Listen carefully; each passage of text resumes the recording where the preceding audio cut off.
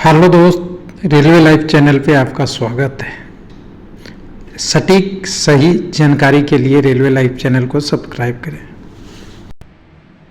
Hello दोस्त, RRC level 1 और level 2 का नोटिफिकेशन आउट हो गया है।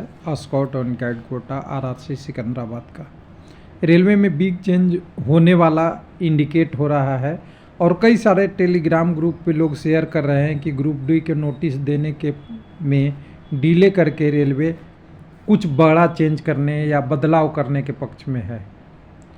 हो भी सकता है, रेलवे को समझना मुश्किल ही नहीं नामुमकिन है। जहां हमारी सोच ख़त्म होती है वहां से रेलवे का शुरू होता है, इस पे कोई दो राय नहीं है। लेकिन जो जितने भी अभी नोटिफिकेशन 8 से 10 हमने ले लिया, उसमें से हमने 3-4 पे वीडियो बनाया। ज़्यादा नहीं बनाता हूँ क्योंकि कुछ लोग धमकियाँ देने रहते हैं कि 10वीं वाला का पक्ष लो, आईटीआई के पक्ष लोगे तो तेरा नुकसान होगा, चैनल पे व्यू नहीं आएगा। और ये बात में दम भी है, ऐसा भी नहीं है कि वो गलत धमकी दे रहे हैं, क्योंकि उनको पता है कि भीड़ 10 की है तो आप आईटीआई वालों के लिए साथ दोगे तो नुकसान होगा। तो मैं आईटीआई वगैरह कुछ नहीं बोलूँगा भाई, मुझे भी डर लग रहा है इन लोगों से जो लोग कह सकते हैं। लेकिन देखता हूँ कि अगर आईटीआई की बात नहीं करता हूँ तो कितने चैनल का प्रोग्रेस हो जाता है।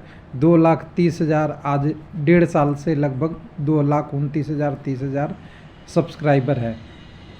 जैसे आपने मेढक वाला कहानी सुना होगा कि मेढक एक बार में 2 इंच ऊपर कूदता है 1 मिनट में और अगले मिनट में 2 इंच नीचे आ जाता है, तो उसकी कुल कूदा एक दिन में कितना जंप किया या कितना कूदा, तो आपके पास 2 - 2 = 0 करने के अलावा कोई उपाय नहीं होता।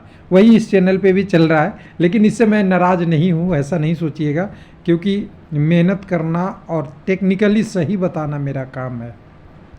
देखिए, रेलवे में इशू ये है कि रेलवे के साथ अभी 2 समस्या से जूझ रहा है।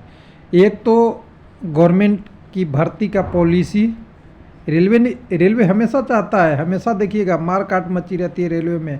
मार काट मतलब बातों की, पेपर में लिखित रूप से भेजा जाता है बार बार कि पोस्ट क्रिएट किया जाए और जो खाली पोस्ट है वो भरा जाए। लेकिन गवर्नमेंट कह रही है कि नहीं, ठहरो ज़रा, जितना मैन पावर है उसी से काम चला लो। एक समस्या ये है, ध्यान दीजिएगा। दूसरी समस्या है आज के डेट में रेलवे का एक्सीडेंट। बहुत बड़ी इंटरनल डैमेज है इनके लिए। रेलवे के साख पे भर्ती लगी है, आरडीएसओ इसके पीछे पड़ा हुआ है कि कौन सा हमारा बोगी में दिक्कत आ गया, कौन सा हमारा व्हील में दिक्कत आया, कहाँ सस्पेंशन में इशू है, कहाँ ट्रैक में इशू है, कहाँ टेक्निकल सिग्नल करेक्शन में इशू है, या कौन सा पैरामीटर हमारे डिज़ाइन से बहुत बाहर चला जा रहा है जिसके कारण से इतनी एक्सीडेंट हो रही है। और इन सारे एक्सीडेंटों को भर्ती करने का 2 ही तरीका है, एक तो टेक्निक, अच्छे टेक्निक हो, और दूसरा जिसको बोलते हैं, क्या बोलते हैं, कह सकते हैं कि ह्यूमन रिसोर्स मतलब मैन पावर। और मैन पावर रेलवे का अगर देखेंगे तो आपको पता चल जाएगा कि 1/3 से ज़्यादा होते हैं लेवल 1 का। और उसी लेवल 1 की अभी बात हो रही है जिसमें आईटीआई टेक्निकल पोस्ट जैसे कि civil engineering, mechanical engineering, electrical and signal and telecom department, और ये इलेक्ट्रिकल डिपार्टमेंट में जो भी पोस्ट होगा उनके लिए 10th के बाद जो आईटीआई किया है या रेलवे से अप्रेंटिस एनएससी किया है या कोई और जगहों से एनएससी करके आईटीआई का सर्टिफिकेट नेशनल अप्रेंटिस सर्टिफिकेट के रूप में लोग लाया है, उन्हीं को लेंगे। समस्या यही है। लेकिन इशू ये है कि भारत में इतनी बेरोजगारी है कि 10th पे कैंडिडेट तो बोलते हैं कि मैं 10th पे भर रहा हूँ, लेकिन उनकी क्वालिफ़िकेशन आप देखेंगे तो पीएचडी भी होता है, बीटेक भी होता है, डिप्लोमा भी होता है, बीएससी और बीए का तो छोड़ ही दीजिए, ये तो भरमार पड़े हुए रहते हैं, और 10+2 भी होते हैं, क्योंकि और जगहों पे जॉब नहीं मिलती, इसलिए यहाँ से एंट्री पॉइंट है। और अच्छा भी ऑप्शन भी था, और हमने 2019 में सब लोगों के साथ ही बोला था कि देखिए रेलवे एक बार बढ़ा दिया है डेट, 1,03,000 वैकेंसी है, इसको अगर ग्रैब कर लेते हैं तो आपके पास अगर बीटेक और डिप्लोमा है या आपके पास और भी बीएससी है या ग्रेजुएशन है, रेलवे के आगे के जॉबों में आप प्रमोशन करके ही इतना बन जाइएगा जीडीसी, एलडीसी या और एग्ज़ामों से ओपन मार्केट क्या आएगा कि आपके लिए बहुत अवसर बढ़िया रहेगा। तो बहुत लोगों ने तो फ़ायदा उठाए, लेकिन बहुत लोगों का नहीं होता है, उनके लिए लगता है कि इस बार भी हो जाता तो अच्छा होगा।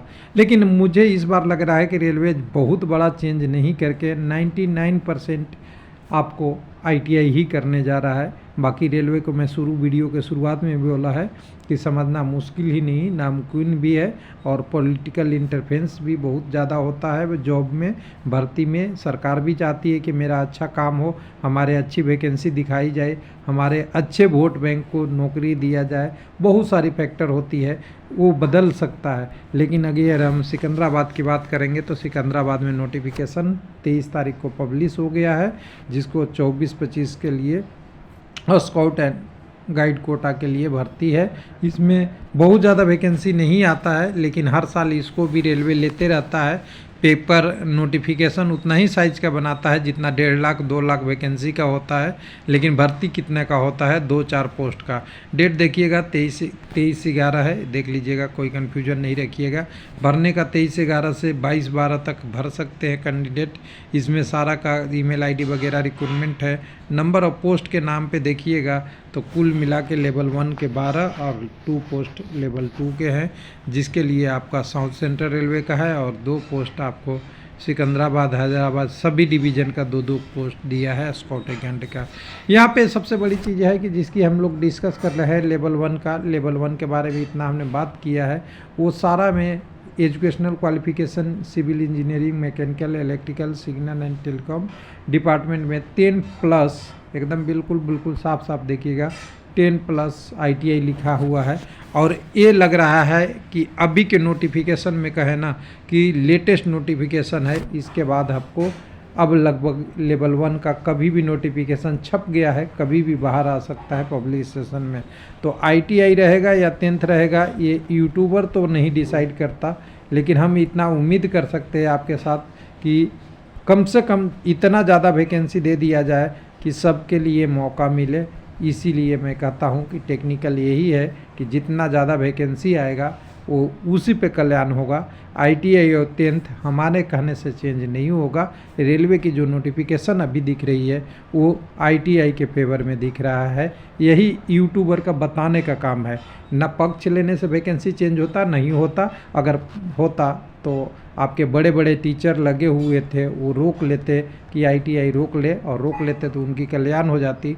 लेकिन इशू ये है कि सबको अपनी अपनी हिस्सेदारी, अपनी अपनी टर्म, अपनी अपनी कंडीशन, अपने तरीके का बात सुनने का आदत हो जाता है। इसलिए लगता है कि यूट्यूबर गलत बोल रहा है। थैंक यू, धन्यवाद।